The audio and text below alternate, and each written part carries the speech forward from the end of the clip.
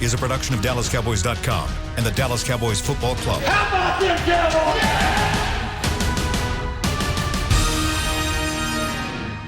This is Talkin Cowboys. Streaming live from the Dallas Cowboys World Headquarters at the Star in Frisco. Handoff, Elliott plowing to the goal line. Barry, sacked by Lawrence. Prescott keeps it, and he bangs it in for the touchdown. And now your hosts, Isaiah Stanback, Heckma Harrison, Rob Phillips, and Kyle Yeomans. It's a off-season edition of Talkin Cowboys here on DallasCowboys.com. As always, presented by Geico. And, well, Isaiah and Heckma have the chopper going. You're not going to join in a little bit? I forgot. I didn't see it. Come on, Rob. Come on, Rob. I'm right here. You guys can't see me, but I'm with you. I'm still reeling for what we just talked about off air right before the show started. So I'm recovering from that. Yes, you are. You are definitely recovering. Literally and figuratively. Yeah. Glad you're with us here on DallasCowboys.com. We are having a ton of fun already, all over the place, I think is safe to say, early in the show. But wanted to kind of get into things really quickly because we only have an hour. And, of course, everybody tunes into the show to hear about the Dallas Cowboys. And we're going to talk about them Dallas Cowboys. But first, we got to talk about this virtual offseason. Because today is the official start of the virtual offseason as implemented by the NFL. At least at the moment, it has caused a huge divide between the NFLPA, the players, and then also the owners in the league. Every part of this offseason is voluntary, except for the June minicamps. But, Rob, why does this cause problems amongst the NFL? Why does it cause problems? Yeah. Well, I mean, there's questions about whether, from the player side, whether it's really needed to have. And I think there's different viewpoints based on how long you've been in the league. If you're a veteran guy, you probably hate doing this in the spring. And Isaiah, I'm sure you can speak to this. And part of it, too, is the pandemic. Part of it is their own research on the NFLPA side that says, look, injuries were down. We think quality of play went up. Based on the Cowboys' experiences, I don't know if you could say that's the case. No. But there's viewpoints on different sides. I think from the NFL side, it's like, look, you're going to have to work out somewhere this spring, and we've shown a commitment to having safe protocols in place, especially here at the Star. They really were able to mitigate risk with COVID. And that'll continue to be the case. So it just comes down to what team's comfort level is, what players' comfort level is. It is voluntary, as you said. The Cowboys have not come out through the NFLPA and announced anything with their players saying, look, we're not going to do this. So I think you can expect to see probably a good amount of Cowboys out here getting work in this spring, just like they always do. The Cowboys never announce how much, but I think you're going to see a pretty good number, just like they always do.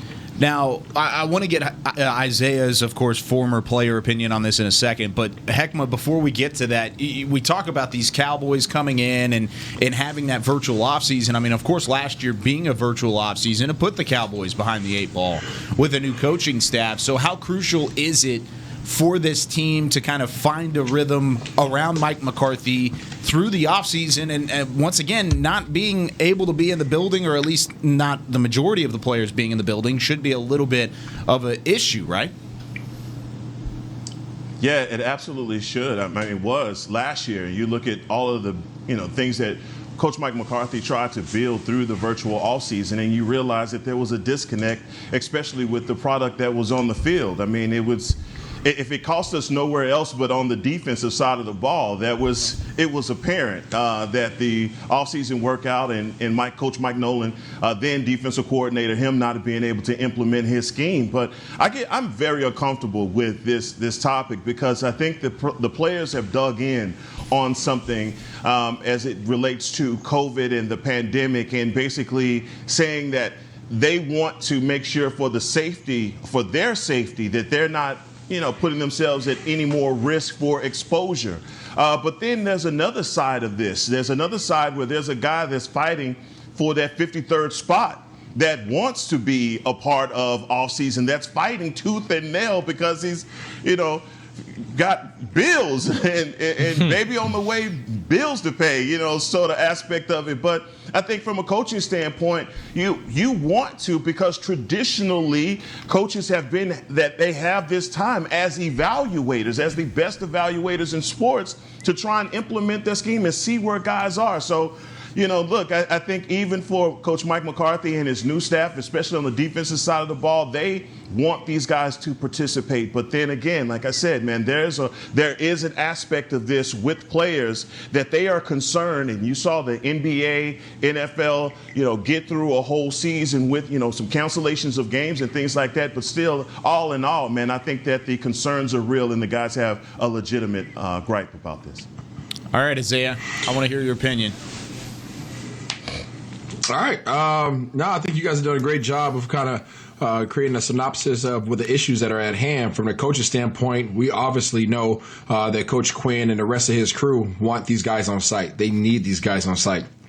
Last year, not only did we have a virtual offseason, but we also had a virtual offseason where guys were, quote unquote, not supposed to gather together to even watch film together and not supposed to do walkthroughs together. So that compounded the problem last year, in addition to having a new defensive coordinator. So it's looking as if this is going to be virtual offseason across the board. I think there's 19 teams already that have already put out statements saying that they're not going to be there. So it's, now you start getting into a situation where, you do have a union, right? And your union, the majority of the participants in your union are saying, hey, we're doing this in form of solidarity. Don't show up.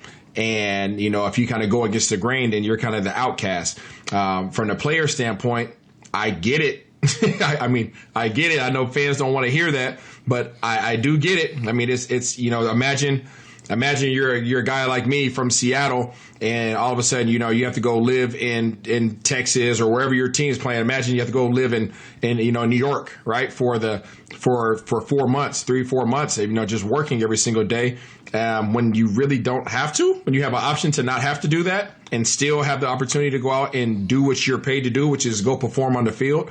I know a lot of people are going to say, well, that's your job, and you're absolutely correct. But there's a clause in there that says that you don't have to be there. It's voluntary. It's true. Right? And as long as that clause is in there, it left the window open, right? And I tell people all the time, and we say it on the show, if you leave the window cracked, Debo's coming in, right? So, these guys, the window was cracked, and these guys have the option to exercise their right to not show up. And that's not to say that they're not preparing, they're not doing the things they need to do. If there is another virtual platform for us, again, this offseason for the Cowboys, this year is different because guys will get together. Guys will have walkthroughs. The leaders will hold meetings. They will watch film together. They will do a lot more things together because they won't be forced to be in isolation like they were last year. One thing to point out, you made a great point, Isaiah, about where you live. Because I think one reason the attendance here has been so good is most guys stick around. Most guys either live here, they don't go, they don't live somewhere else out of state. So the Cowboys have an advantage. Dallas, great place to live. But it's hard for me to speak on it because I didn't play the game. I didn't play at that level. I don't know from the physical aspect of it. Hey, I don't need to do this. Put that extra strain on my body. I can do it at home. And it's worth noting that this phase 1 through May 14th is virtual meetings. Essentially, you come in, you can work out, but it's virtual. It's phase 2 that I'm really focused on, where you get into late May, and it's OTAs, and then you mentioned the mini camp. Man, the Eagles have come out, the Giants have come out, said they're not going to do it. I don't know if that extends to OTAs and minicamp, but the Cowboys, to me, immediately, if things hold and they continue to work out here and do OTAs and stuff, they're at an advantage over their division rivals, to me, because they are working out together, especially defensively. Heck, you hit on it, trying to institute a new defense. I don't want Leighton Vander Esch having to hit the raise the hand icon on the Zoom, to ask a question. Like, let's just do this stuff in person and try to get better. Yeah. I think that could have been a big difference if they were around for OTAs last year. That's just my opinion, and I think it could help them if they do it this year. And Robert, I know there's going to be a lot of fans that are kind of up in arms about this, but think about it. Imagine if it was the four of us, right? We're all old and busted now, right? So if we say we had an opportunity to make the last spot on the roster, and we're not really getting those checks, so you're getting those. I know when I was playing, I think it was $500 a week for your off season training. So from your entire off season all the way up until the point where you hit camp, it was $500 a week. Well, take a city like DC, take a city like New York, take Dallas. I don't care. You're bringing home $2,000 for the month. Cool. $2,000 for the month, regardless of how much money your contract says that you're supposed to make, right? And then you're having to pay to get your car shipped, right, to and from. You're having to find an apartment or a house to rent, right, to cover the expenses. There's not enough money coming in, and guys are losing money. So if you don't already have a pocket full of money, think about the guys that are trying to make the squad. They don't have the bread to be trying to show up. And yes, it's an opportunity, but the reality is it costs money to go work off site. And when you're getting those weekly game checks, it's different, right? But when you're not getting those weekly game checks, your pockets is a little light. Hey man, listen man, I'm gonna start and let's just take the COVID aspect out of it when you're making that point, because look, the world's smallest violin is starting to play, and the song "Woe Is Me" is going to play on the jukebox for you if you're talking about that, because there are a bunch of 23 and 24-year-old guys that need that $500 a week that will do anything to get that money because they're living off of their body and the production that they want to put out and get that one of very few percentage that get to play this game. And so, look, I think that's what I believe happens with the fan base and professional athletes, where there's this disconnect between the exorbitant amounts of wealth that the 1% small or percent, whatever that is of guys that make in the league, and the guys that are fighting tooth and nail just to get on the roster, and some guy that's sitting in his cubicle with Cowboy memorabilia all over it, and he's like, what do you mean you won't go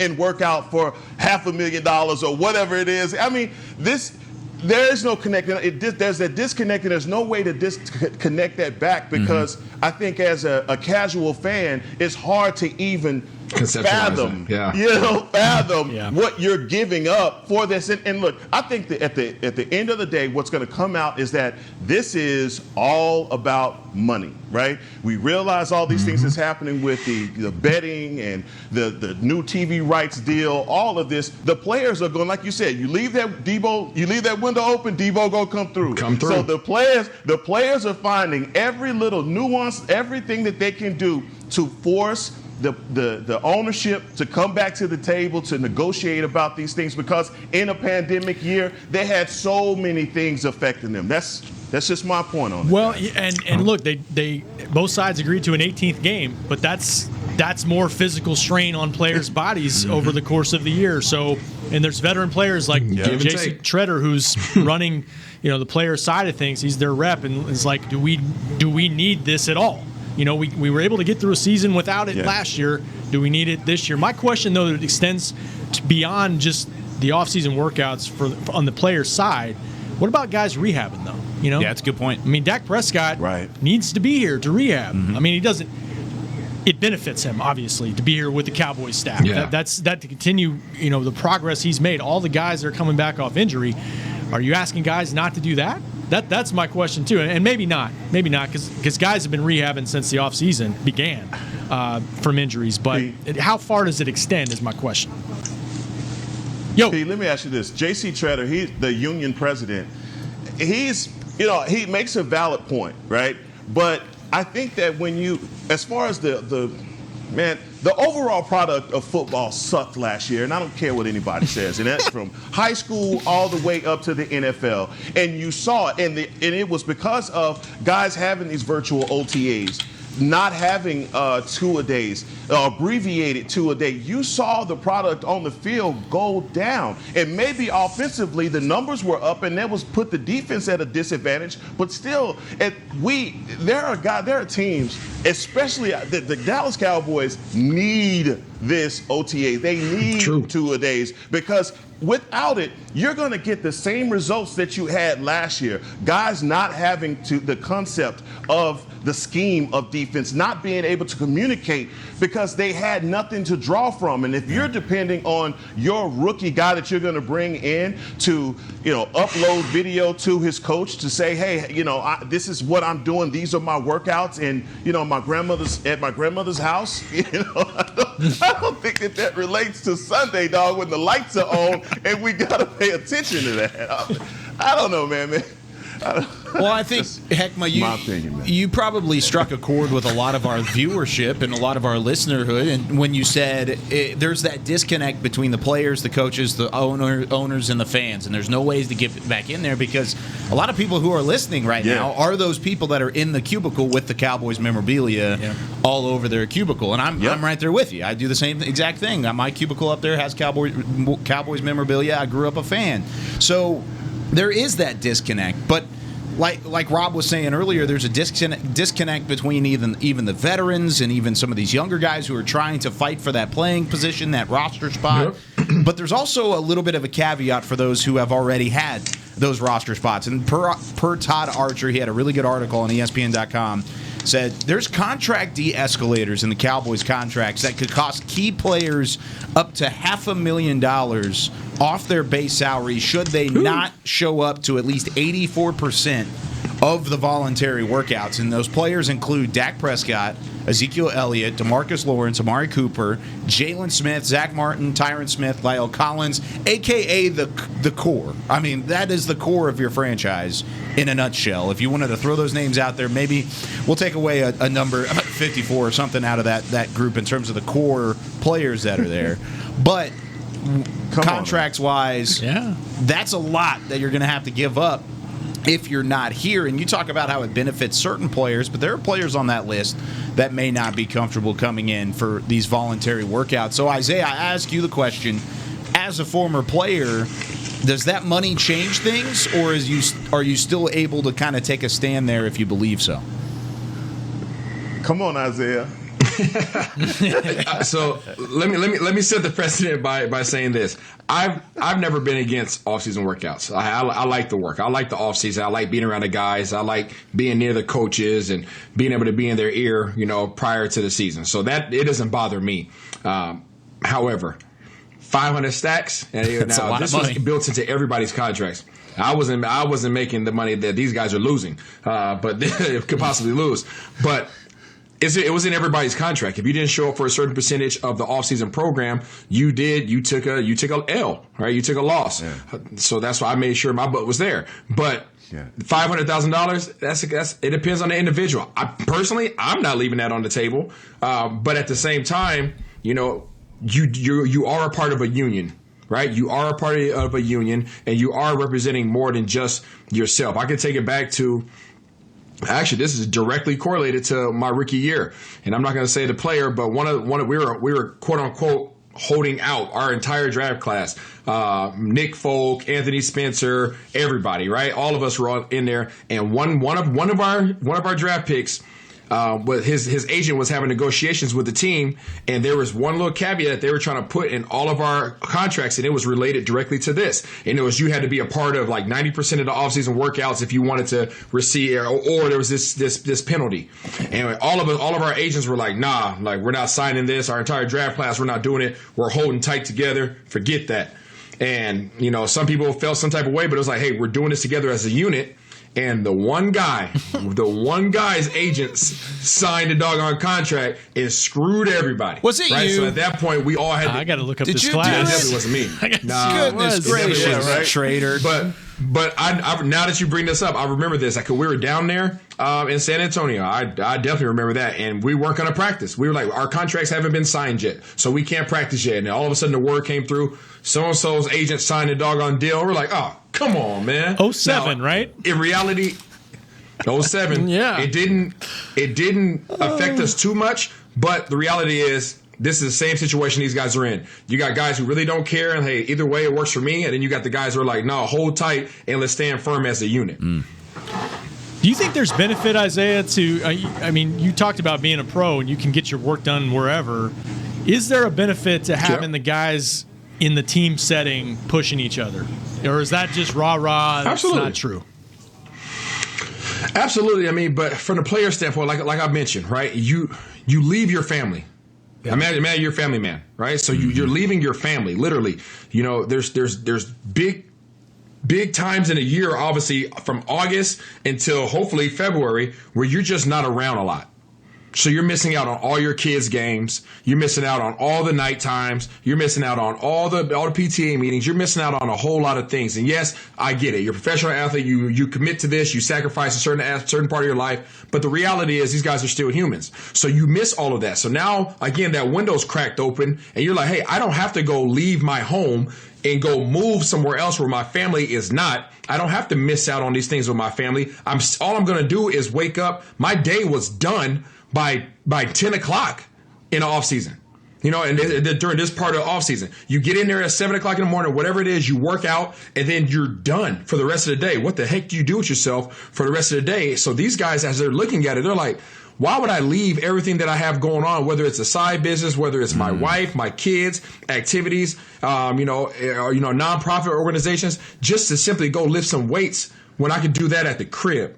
Right now, when we start talking about the second phase, let's possibly look at getting on site for that, because we need to get some snaps. But you're not getting no snaps right now. You're up. The guys are going to be watching film. We do that at the crib. We're going to be working out. We do that at the crib, right? So it really is not necessary to be on site. So I think that's where most of these guys are coming from. It's not so much the whole off season, but at least this first part is kind of like, we're going to be doing the same thing I've been doing for the last month.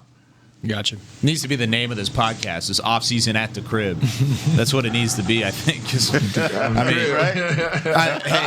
I will say, like, there's a lot that goes into this. It's not just basically moving in or not moving in, but coming in and doing a workout. Like, there are so many different aspects and changing factors to this all, and I don't think we're even close to being done with it. I think the PA is going to continue to have their last words, and we're going to keep moving into the off season without really the off season completely being happy. Nobody's going to be 100% happy. But when we come back, everybody listening will be 100% happy, because we have Mailbag Monday. Is it scary to take a cornerback really high in the draft, maybe at pick number 10? We're going to ask that question and talk about it a little bit when we come back on the other side of the break. This is Talkin Cowboys, presented by Geico. Honey, big news. Gary, are you okay? Oh, I'm not Gary anymore. I'm Jackie Flash. What? See, I want the latest smartphone, but the best deals are only for new customers. So, to get a new customer deal, I changed my name to Jackie Flash. Okay, but the best smartphone deals at AT&T are for everyone, new and existing customers. That's huge. Then guess who's getting a deal? Is it Jackie Flash? Jackie Flash. It's not complicated. At AT&T, our best smartphone deals are for everyone. Restrictions apply. Visit att.com for details. There's nothing as unique as our eyes, which is why Essilor pioneers ways to make lenses as unique as you. Verilux for super sharp vision, Essential Blue for protection, and Crizal for freedom from glare.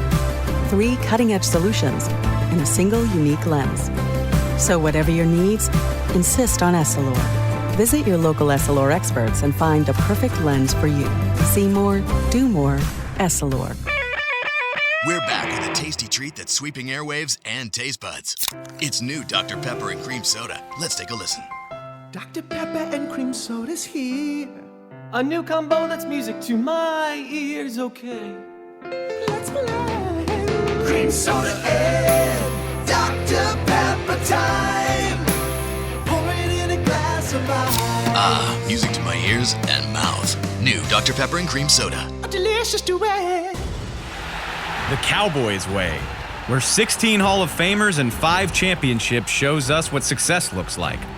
Where turkey is always the second best part of Thanksgiving Day. Where we are all defined by one single thing, the star. Where we as fans know it's our job to keep the tradition going. Bank of America is proud to be the official bank of the Dallas Cowboys and to support the quest of living life the Cowboys way. Copyright 2020, Bank of America Corporation. Back to Talkin Cowboys. Back here on Talkin Cowboys, presented by Geico. Glad you're with us. Rob Phillips, Heckma Harrison, the great Isaiah Stanback. I'm Kyle Yeomans, and whether you're watching from home or cheering in the stands, with Essilor lenses, you can see every exciting play. Book an appointment at your local Essilor experts and see what Essilor can do for you. See more, do more, Essilor. Isaiah finally got it. Love it. Finally got your Essilor lenses. Isaiah, what are you? Is it just like a new day? Do you feel like a new man with your Essilor lenses? You know what? I feel like I can see things with a clear eye view, Kyle. Oh gosh, you know? That's a different brand. It's conflicting. Uncle Isaiah. Tell you what, this brand is better than that brand. I'll just say that. I've got my Essilors on too, and I love them. I'll tell you, I didn't even notice that this was really a thing until I read into it. But they have like the UV protection, the blue light, and they also have like the glare resistance. Yeah. The glare, these bright lights in here, and then in the TV studio, it's unreal. Yeah. Oh, it's awesome. It's perfect. And their prescription glasses. I can tell you, fantastic. Yeah. Kyle, I'll tell you one thing. When I went, I like these frames, right? Just keep them on. I picked these frames out, and I said, these are fire right here. I said, I like these. Nobody really has these, these Super Trooper glasses, right? So they said, we don't have the polarized lenses for those frames. I said, doggone it. I really like these things. They said, but guess what? We're Essilor, and we can do anything. So we're just going to make some lenses to fit your frames. I said, you know what? That's customer service at its finest. Keep them on. Car Ramrod. Keep them on, man. Keep them on. They need to see my Ramrod. Oh, can't wait till Rob gets his pair. You got to get yours. I know. I'm behind. I can't wait though, man. They're awesome. Can't wait. I wouldn't say sit here and talk about it as much, but I love these glasses and I think they're fantastic. So shout out to the people at Essilor taking care of us. You guys are about a month behind, man. I know you were the one that jumped the gun and got it all quick and whatnot. See all that Dogecoin money. We needed to analyze. Yeah, exactly. We needed to analyze what you had, and then we had to level up. That's what it was. We needed to see our competition. Okay. Well, watch this. This is what a good host does. He plays off of even the dumb things that Isaiah says and turns it into a segue. What? So taking what you just said about leveling up. Well, the Cowboys, at least in the past, thought they had leveled up at the cornerback spot when taking somebody in the top 10, a.k.a. Morris Claiborne, which led our good buddy JT Chandler to send in a Mailbag Monday question for DallasCowboys.com. You can go see David Hellman, Johnny's responses to that specific question on the article itself on DallasCowboys.com. But we're going to answer it here. And his question was, the last time we used a high pick on a cornerback, I keep messing that up today. If it doesn't work out very well, I personally think corner is the position that is easiest to miss on in the draft. So is Patrick Surtain a sure thing? Rob, I'll let you start on this one because, there's no such thing as a sure thing in the draft, but Patrick Surtain is he's got about as high of a floor as anybody that I've seen in the class. I agree. I don't know if he's going to be a Pro Bowl player, but he reminds me of a Terrence Newman, coming out in 2003, that you feel like he's going to play a long time. His dad played the position in the NFL. He got as good at coaching as you can possibly get at the college level. Trayvon Diggs played in that program and looks like he's going to be a really good one. So if that's the pick, then I would feel really good about it. But I don't know who's the name of the fan that JT Chandler. JT Money. JT Money, cornerback, I guess you definitely can miss on that position. You look at the Cowboys, you mentioned Mo Claiborne. They drafted guys that haven't gotten second contracts. Now, Byron Jones just came down to money, but Cheeto didn't turn out to be a Pro Bowl player, got a second contract somewhere else. They haven't, that 17 class didn't work out the way they wanted to, but they also haven't spent really high picks at that position in a long time, not since Mo Claiborne. I mentioned Newman, that worked out. The higher you pick, the better the odds. So I think that's part of it too. Heckma? I love the question from JT, but I just don't feel that he's taking a one-size-fits-all approach to this, And Mo Claiborne, in his defense, man, he was just they played him out of position, man. I mean, not out of position, but out of the scheme. That he was more of a press man guy that they tried to convert into a zone corner. It didn't mix well with what his skill set was. Now, when you flip that, and we're talking about Patrick Surtain, one of the things that I love about him is that he can play in multiple styles of defense. And when you just look, man, looking at Dan Quinn and what he does in his philosophy, just going back to days in Seattle, I think people are getting this cover 3 thing and thinking that it's just going to be zone. It's not. I mean, he played a lot of man on the outside with Richard Sherman. And so Trayvon Diggs, Surtain, they would be ideal in a system for Quinn. So I just don't feel, I mean, it'd be the same thing as saying we're not going to take Kwity Paye out of Michigan because of Taco. You know, it's like, man, I understand that, you know, you want to put everybody into the same shoe, but that's not the one Cinderella's going to wear. And I think Paye is a better player than Taco. Mo also had terrible injury luck. I mean, terrible injury luck. That's, if anything, that's what robbed him of a good career. Well, and even saying that, he was still in the NFL for a good amount of time. I mean, it's not like he was a one and done or just a complete bust. Sure, he didn't live up to his draft stock or what he was taken at, but at the same time, there was a lot of factors that went into that. And if you want to throw in other first-round picks in terms of the corner position, I mean, Byron Jones, that wasn't an early first-round pick, but he was a first-round pick, and he worked out after kind of what Heckman just said, not utilizing his skill set early on. Then you finally put him back at corner, and what did he do? He excelled, and now he's one of the better corners in the league. So, Isaiah, I know where you stand in terms of the linebackers, and you want to go get Micah Parsons and yada, yada, yada, but what would you feel about if Patrick Surtain was the pick? Do you feel happy about that? Do you feel like you're a better football team? Or do you feel like this is another Mo Claiborne situation where it's a quote-unquote can't-miss guy that you might end up missing on? Yeah, I mean, not even going directly against Surtain. I don't think that it's hard to play corner in the NFL.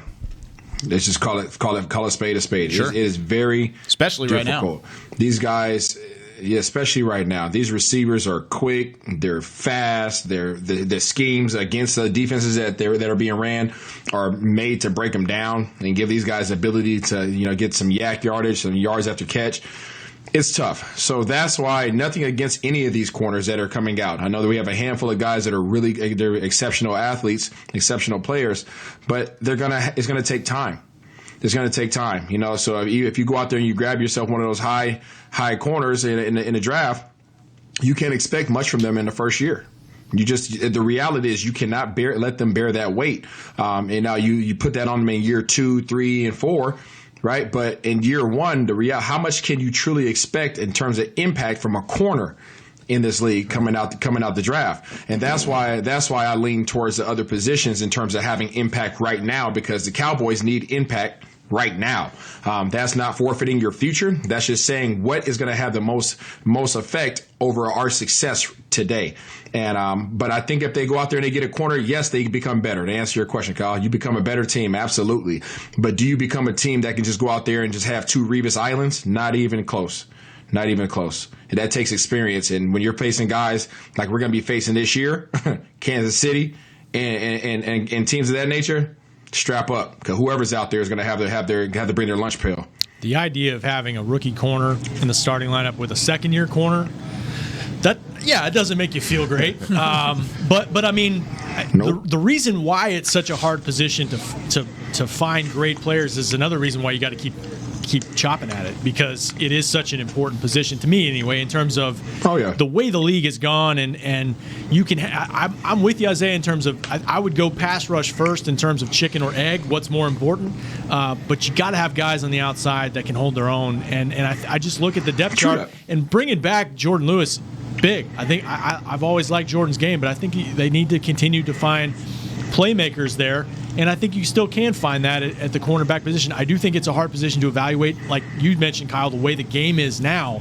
but it's not the hardest. Quarterback is the hardest position to evaluate, and the one where you can really miss the most, especially if you're drafted high. Yeah, JT saying that it was the easiest position to miss on. I don't necessarily agree with that because I think you can miss on a slew of positions, and corner certainly is one of those. But does this Mo Claiborne pick still kind of haunt this franchise? I mean, like we talked about it, they haven't really spent a high draft pick on a corner since, what was that? 2012. Yeah, so Patrick Surtain was what, 12 years old whenever that pick was made. So, and he's about to be the pick at 10. So, Heckma, do you still see that kind of haunting this front office, or is that something you have to put in the rearview mirror? Yeah, that's definitely in the rearview mirror. I mean, you talk about his career and where he would be right now had he stayed with the Cowboys. So, look, I really just think that when you talk about the 2021 draft, before the whole Patrick Surtain, Kyle Pitts argument started to come up, you heard everyone talking about Christian Barmore and needing that guy to anchor this defensive line. Oh, yes. We saw what happened with the 40 burgers and playing from behind and not being able to be effective with our pass rush or stop the run, and consequently, that's why our secondary suffered the way that they did because of the time that the quarterback had. Absolutely. That's why, and I think all of those things, when we start breaking this down and place importance on getting Patrick Surtain, I don't think that he's going to be the end-all, be-all because of all the other draft picks that you have to be strategic about. And so, look, I'm going to be happy if we get Patrick Surtain because I know what his skill set is going to be. But I also am not going to be happy if we don't do anything to shore up the interior of this defense. I love it. I think that might be my favorite scenario is if they traded down a few picks and got Barmore. I love that scenario. He scares me a little bit just based off of the motor. I mean, he's got a motor, and he's a baller, but it's a motor that only runs like 2 or 3 plays before you have to take him out, and then you got to put him back in. He's not a 3-down lineman, and that's what scares me a little bit with that. Now, that could fit, I mean, with Tristan Hill, with Neville Gallimore, and you rotate Christian Barmore in there, it could fit. It could be just fine. But is that what you want out of your first-round pick? No, that's not what I want out of my first-round pick. Okay. So I think there's just better secondary players that you could potentially go get. If he falls to you in the second at 44, sure. I would be ecstatic about that. Yes, you leave it on Zarique, he could be a 3-down interior defensive lineman. Okay. He could be your 3 technique and be a BA pretty quick. I don't know if I can say that on air. Sure, you can. It's the internet. Yeah, he could be a badass on air or on the field. But I think there's better choices. If for that role specifically, I think there's a better option there. But Isaiah, I'm going to ask you this question because I specifically know what you're going to answer, and I know what Rob's rebuttal is going to be, because I feel like this is an argument that we've needed to have on this show for quite some time. Is there really any other option other than corner at pick number 10, knowing where the needs lie, knowing where the board falls? Is there any other option whenever it comes to a player there on the defensive side of the football outside of Patrick Surtain or J.C. Horn? Yeah, I mean, you know where I'm going with him. I'm going right there with Parsons. Yeah. And that's my pick. I mean, I know all the people out there talking about Kyle Pitts. Pitts is going to San Francisco. Let's go ahead and say that right now. That's I'm going to put that to bed. He'll be in San Fran. He'll be in San Fran. All right, he'll be in San Fran. What are you willing to bet? So take him off the table. And then so Parsons, I mean, blew right past that. Again, it's all about the front seven. I don't care how great your secondary is. You just heard Heckman allude to it. If you can't get home, it doesn't matter how many doggone Revises you have or wannabe Revises you have out there. They're going to get thrown on all day long because you can only stick a guy for so long, right? The average length of a play is what, 3.5, 4 seconds, something like that. If that, so you go past that and you can't get home, those guys are getting open. So it doesn't matter how good your quote unquote your corners are. That's why you have to focus on your front seven, because all of a sudden what happened in Seattle, which is what we're trying to duplicate, right? And we're trying to duplicate what Quinn did years ago.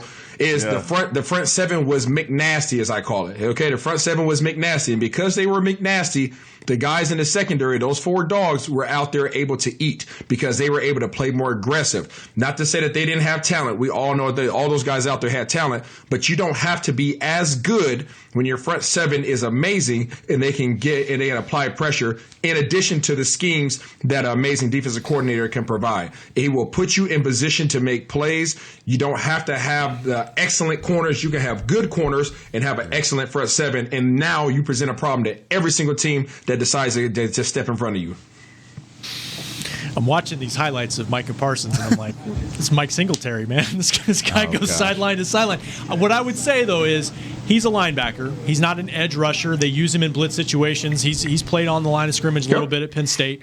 If he were an edge rusher, an elite edge rusher, straight off the edge, then I would be all about it. At 10, there just doesn't, like we talked about Barmore, defensive tackle, defensive end. There doesn't seem to be that big time top 10 prospect there this year.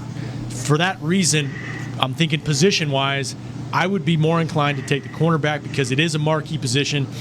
It costs a lot of money if you hit on a Pro Bowl player in the top 10.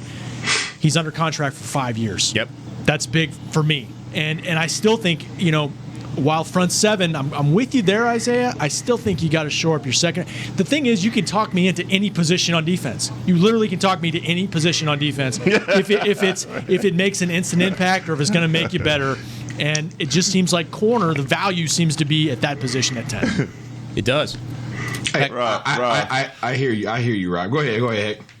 No, I mean, Rob is saying it, but the thing with Rob is saying that it's not going to be a hard sell on for him to get him. Just to don't give me Pitts. Just don't give me Pitts, and I'll be happy. Give me Pitts, and I'll be just fine. And I love Pitts. I love Pitts. I'm sick. Go ahead. Look, man. I am sick of seeing last year, man, watching quarterbacks file their fingernails and look for their open receivers at the same time. It's not something I'm interested in seeing. I think the whole execution of the defense was off. And, that's just stunting everything that we did. We just could not get home. And we can't allow that to be our reality in 2021. You look around the league, and if this is a copycat league, look at the Super Bowl champions and who they had at linebacker and what they could do. I think that a guy like Micah Parsons, if you just keep it real with yourself and look at the highlights that you were just looking at, Rob, you see a playmaker. All the other things that people are saying about him, okay, fine. I'm talking about a guy in this scheme, in the 4-3, what he can do for the Cowboys. If you give him, the kamikaze mission of getting home, he shows you that he can do that. He did it in college. He'll do it in the pros. So, Heckman, did you just say a guy in the 4-3 who just happens to run a 4-3? Is that what I heard? See how that works? You see how you did that right there? Listen here, Rob. Yes, I don't disagree. You need a secondary, but be real with yourself, right? Since we talking about keeping it 100, right, on this Monday. We don't have Keep It Real Fridays right now. We got Keep It Real Mondays. Say it with your chest. Say it with your chest. If you say it with your chest, say it with your chest. If you're Kansas City, you're coming in here. If you're Green Bay, you're coming in here. I don't care who it is. Are you afraid of Diggs and Surtain? If I'm Pat Mahomes, I'm not afraid of anything. But young corners, no. I'll take that back. No. No, not afraid of it. I don't care what team walks in here or what team you go play. You're not afraid of those two guys. No disrespect. Good players. You're not afraid of corners. There's very few corners in this league that have ever been that guy that you're like, I just can't throw that way. Very few that we can name in our entire history. Sanders, very few guys that you just say, guess what? That side of the field's walled off. I'm just not going over there, right? Everybody else, they got to show me. Right? Yeah. But there's plenty of defenses that we can name in history where you're like, crap, I'm not fooling with these boys front seven. We got to get the ball out. We got to get the ball out quick because guess what? Either the D-line's going to get home or guess what? The D-line's going to consume the offensive lineman and the linebackers, they're running with their hair on fire and they can shoot the gap. Or like we just said, they can run sideline to sideline. Oh, and they're all 6'4". Oh, and they got long arms. Come on, man. These dudes can cover the entire second level and the offensive line not be able to work up to them. You can't account for linebackers. You can account for defensive linemen. If you have an amazing defensive end, I can chip on you all day long. I can set another tight end over there to you. I can neutralize you as a defensive lineman. If you're a cornerback, I can run hot routes. I can run screens over there. I can run quick slants, one-step nows. I can neutralize you. Linebackers, you can't neutralize linebackers. So when you have 3 hungry young dogs out there that can run around, that have good size on them, 6'3", 6'4", 240, 245 pounds, and they can run, all 3 of them, guess what? You become dangerous. I completely agree with what you're saying. In the foundations of football, having a good front seven is better than having a bad front seven. I completely agree. But you brought up the Tampa Bay Buccaneers. You brought up how they built their team, right? Yeah, that front seven is just nasty. I mean, they are just doggone impressive. Sure. How many of those guys did they select? And where did they select those guys? And where is the contract value kind of allocated throughout there? The highest paid corner on their team, by the way, right this second, is their 21st highest paid player on their team. You know why?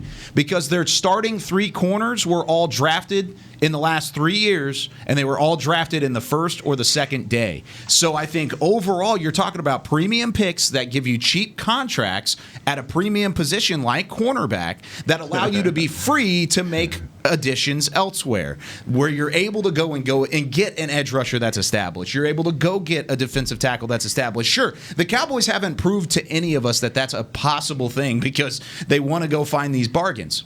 That's the frustrating thing. But the way that things have kind of turned out for Tampa Bay, and if you're going to compare the Cowboys to Tampa Bay, look at where they're drafting these players and look at where they're getting it. Sure, they've spent high-end picks on edge rushers in the past. Sure, they've done that with guys like Devin White at the linebacker spot. That's a thing, sure, because he was a player that was in that spot that was highly touted enough coming out of college to where he was worth it. I don't think there's that player in that draft. That's why I think the cornerback spot and keeping things cheaper on the outside, where your top 2 corners, which would be either Trayvon Diggs or whoever you draft this year, are going to be cheap for the next 5 years. Dude, that's really clever the way you tried to do that, Kyle. But I was convinced. I was not. That's clever. I like that. But if you ask Bruce Arians, which would he have rather had, the defensive line under contract versus those secondary guys, if he could have drafted Jason Pierre-Paul and Ndamukong Suh and guys like that, he would have rather drafted those guys and filled those rest of those positions. But he found them anyways. He just had the luxury. Right. He had the luxury to be able to do that. I mean, look, this is necessity for us. This is the necessity part. We have to find playmakers and impact players. We think that we have a few, or we have one in Tank Lawrence, but outside of that, everybody else has a question mark. So, look, you have to start the building blocks, the foundation of your team. It starts up front, whether it be Neville Gallimore, whether it's Tristan Hill, whether it's Antoine Woods, all of those things. We still need guys that are going to make an impact on the front for us. The back half, our linebackers, we realize there's a void there. If we can get better at the linebacker position, then great. Safety, there's a legitimate need back there at safety. Yes, there is. Kazee doesn't solidify anything. Okay, so when you're talking about what's going on the outside, all of that's cosmetic, Kyle. Okay, kind of like is your glasses. This cosmetic, right? Did you look at the Seattle tape and say that's cosmetic? Because it was pretty bad. Hey, Kyle, I'm going to tell you right now. If I'm a cornerback, if I'm a veteran cornerback, because that's where you're also going to fill in some of these voids after the draft. Let's not be mistaken. No. You're going to draft a young corner. You are going to grab a young corner in this draft. But there's also guys like Richard Sherman sitting back there chilling right now, just training and waiting to see. Guess what? How dominant is his front seven going to be to determine how much work I'm going to have to put in? I'm being real with you guys. You guys don't want to hear this. This is real. Cornerbacks, you have to work harder if you don't have a solid front seven. Oh, there's no question about that. Sherman taking That's just how football works. Absolutely. So there's still premium veteran guys who are willing to come get the bread and go after a Super Bowl if the front seven looks good. But drafting, guess what? I can go out here and I can mentor these guys. I can show these young bucks how to do this thing. And guess what? I will rotate through. And because of the front seven, I don't have to come out here and be what I used to be. That's the reality, guys. I know you. That's guys the reverse of your argument, Kyle. Everybody wants to sit up and say, "Oh, these guys have to play." No, they don't have to be at the top of their game. These guys just have to simply just be good and be mentors and be vets. And guess what? I'll take a little tax break. I'll take a tax break to come out here and help these young bucks along in a system that I'm familiar with. And guess what? If y'all take care of that up front, I'll come in there.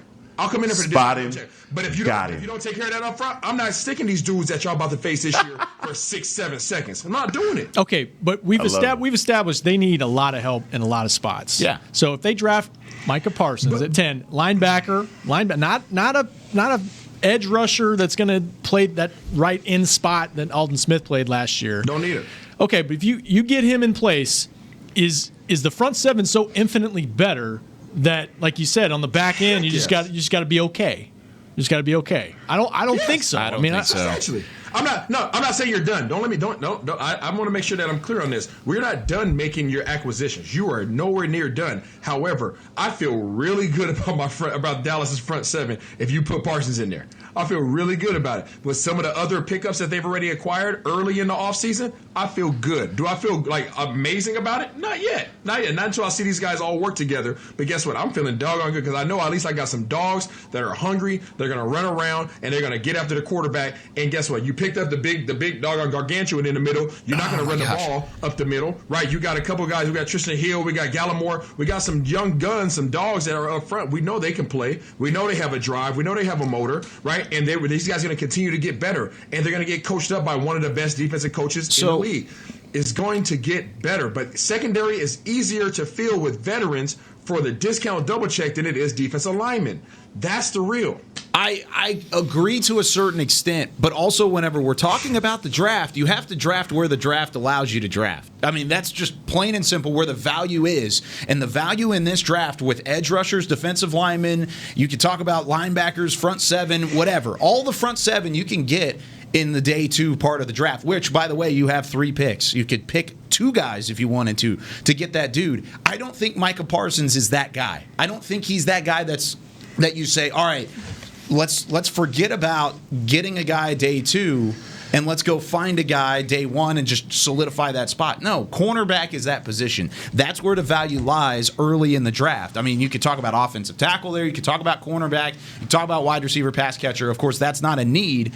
Corner is a need. It is a glaring need right now for this team. And whenever you have a pick at 10, you can make that selection and then go and get an edge rusher later on in rounds 2 or 3 that can be a starter for you. You're talking about them already. Tristan Hill, Neville Gallimore, you're relying a lot on those guys already. They were day 2 picks. They weren't top 10 picks. Kyle, I think there's 2 different game plans, right? There's 2 different approaches. I think the approach that Heckma and myself are taking, I think we can go ahead and split this up now. Yep. Heckma and myself are taking an approach of what guys are going to have the most impact on our team, right? In our team, not which guys are necessarily the best in this draft. There's 2 different ways that you approach this. You can pick the best player available, right? Guys always do that all the time. But does that fill the void that your team needs to be most dominant right now? Yes. You can argue that Patrick Surtain is a better player than Parsons. You can make that argument. But does putting him on your team right now make you more dominant? Or does it just give you better outlook in terms of the future? You put Parsons on your team, and all of a sudden your front seven as a unit is more dominant. And that's what I'm talking about. You have to change your mindset to say, oh, well, this player's he's great in college. He's going to be great in the league. Yeah, down the road. Yeah. Down the road, but is he going to have that impact right now? Is he going to go out and line up and stop freaking Hill and everybody else? He's going to give you a better chance than Reggie Robinson and Julio Jones is going to route you. Mike Evans is going to route you. Rashard Robinson. I mean, it doesn't matter. It doesn't matter, Kyle. You know this. It does Patrick matter. Peterson ain't stopping Mike Evans and these guys. They're not. Nobody else is stopping. So let's be real. Just say, okay, this is accept the fact that receivers are going to win. Let's get home before they get open. When it comes right down to it, just give me defense. You give me defense, I'll high five you, Isaiah, through the screen, man. Just give me defense. Oh, I don't agree with you, Isaiah, and I'm sure that's not going to change. But I do agree in the fact that we are going to be a better team after pick number 10. Hopefully, I mean, that better be. I don't know. If not, we're going to have a lot of extra arguments on the show. Okay, we're going to have to take our second break. When we come back, what are the biggest shoes to fill on that defensive side? I feel like we've already hit a lot of that in our argument, but we'll talk about it a little more when we come back here on Talkin' Cowboys. My Clint Tillison with United Ag and Turf. When there's work to be done, a real workhorse can make all the difference. Like the Range Boss package. Our 5075E John Deere 75 horsepower tractor features a bell spear and loader and starts at $369 per month. And the price you see is the price you'll pay. No surprises. It works like a horse, so you don't have to. Visit UnitedAgAndTurf.com. Offer ends February 1st, 2021. Restrictions apply. See dealer for details. Now, let's get to work. Honey, big news. Gary, are you okay? Oh, I'm not Gary anymore. I'm Jackie Flash. What? See, I want the latest smartphone, but the best deals are only for new customers. So, to get a new customer deal, I changed my name to Jackie Flash. Okay, but the best smartphone deals at AT&T are for everyone, new and existing customers. That's huge. Then guess who's getting a deal? Is it Jackie Flash? Jackie Flash. It's not complicated. At AT&T, our best smartphone deals are for everyone. Restrictions apply. Visit att.com for details. Want to use what the pros use? How about the official men's skincare brand of the Dallas Cowboys, Jack Black? Right now, you can get the Jack Black Starter, a curated collection of Cowboys locker room favorites for just $10 with free shipping. The starter includes 4 Jack Black skincare favorites, plus a full-sized intense therapy lip balm. Go to getjackblack.com/Cowboys and use the code word TEAMJB. That's getjackblack.com/Cowboys. The Jack Black Starter, $10, free shipping. Since 1865, Stetson hats are American-made with pride right here in Texas. And Stetson is proud to be on the field with America's team. Want to show your Texas and team pride too? You can. By purchasing your own Stetson, you can look just like how the flag guys do on field at every home game. Stetson hats, the official crown of all self-respecting Cowboys, and your favorite football team. Get yours today at shop.dallascowboys.com or at stetson.com. Back to Talkin' Cowboys. I'm exhausted after that last segment. I need another coffee, but you know what I'm not exhausted of is hearing with my Bose Quiet Comfort earbuds, because whether you're listening to us on Talkin' Cowboys or music while you work out, with Bose Quiet Comfort earbuds, you can experience audio at a whole new level. Bose Quiet Comfort earbuds, the official earbuds of the Dallas Cowboys. Man, Isaiah got hooked up with Bose headphones, and he got them. He does. Yeah, look, they're fire. He got it. He got hooked up with Bose headphones and SLR lenses in like the span of 1 week. Heck, what's it like though? Rob, it's like a symphony in my head. Yeah, that symphony. Did he just pop back up with glasses? Oh my gosh. It's all about that product placement, baby. All of it. Yeah, put it down on the. Come on. I look like my dad if I wear them like this. I don't like this. I don't like Hey, that you at gotta all. wear them on the nose. That's the uncle. I'm trying to tell you, that's the barbecue uncle. Hey, give me that game. Hey, young buck, hand me that paper plate. Put a little extra pasta salad on there. Oh goodness. All right. This is good, man. We're off the chain right now. Yeah, it is.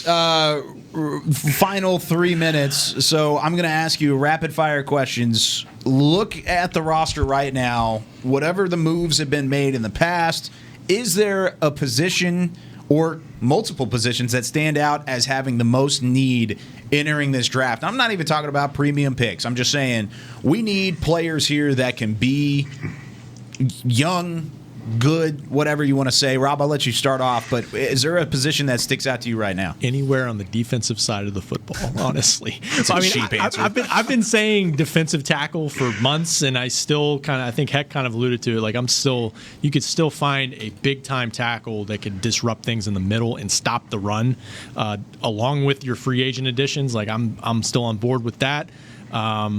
We've covered corner and linebacker, and I'm not in disagreement about linebacker depth and talent, like Isaiah said. Alden Smith leaving, Randy Gregory can step in at edge rusher, but you could, and Basham's there, but you could use another edge rusher. Honestly, it sounds boring, but it's really give me a playmaker anywhere, and I'm happy about it. Isaiah? Yeah, I'm gonna go with we need a corner. We need a corner. I think we want a linebacker. Yeah, we need a corner. I want to throw things. I'm so frustrated. Yeah.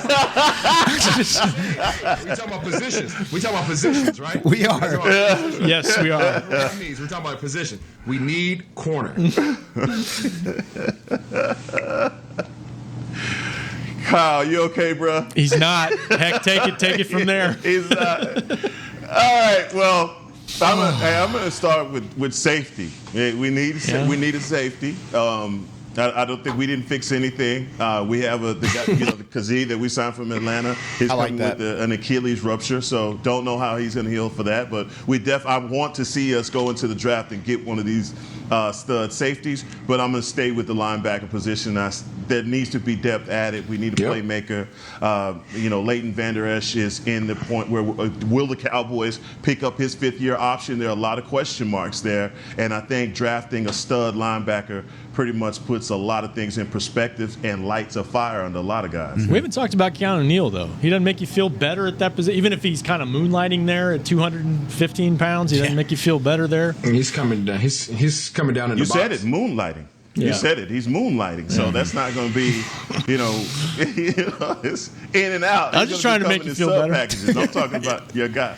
Okay. No, I Thank you, Rob. Outside of corner, there are three positions that I think you need to pick up guys in, and I think it's safety because the exact same reason that Heckma just alluded to is Keanu Neal and Damontae Kazee could both be guys that are good. Like, they could both be high ceiling signings, but it's not likely. I mean, you just we can don't look know. at it. You have zero idea what they're going to be. Keanu Neal could come in and be an absolute stud. I mean, he's made a Pro Bowl before. Sure. He was on the upward trajectory as the season was ending last year. He could be really good. Who knows? He could also be terrible and not play a couple of snaps all year long. Who knows? So safety is one of them. The other one is edge rusher, and the other one is offensive tackle. Even though you've signed Ty Nsekhe to kind of be that swing tackle position, I want a guy to groom for the future. Not necessarily to start this year, but I want to get somebody who's going to be the next the heir to the throne of Tyron Smith. And then, of course, Lyle Collins is pretty good on the right side. So I'm going to go get a left tackle. That's one of my positions that you need to go and get. But that's going to do it for us here on Talkin Cowboys. Hope you learned something. Hope you enjoyed yourself over the last hour. We will be back next Monday, 11:30 Central Time, here from the SWBC Mortgage Studios. Hopefully, I'm going to put a little pressure on our bosses upstairs. Hopefully, all four of us will be in studio next week because it's the week of the draft, and it would be the third show ever that we would ever be in person for. So I'll chop to that. How about that? For Rob Phillips, for the uncle at the barbecue, Isaiah Stanback, for Heckma Harrison, for Chris Beam, I'm Kyle Yeoman. So long from Talkin Cowboys. We'll see you next week. This has been a production of DallasCowboys.com and the Dallas Cowboys Football Club. How about this, Cowboys? Yeah!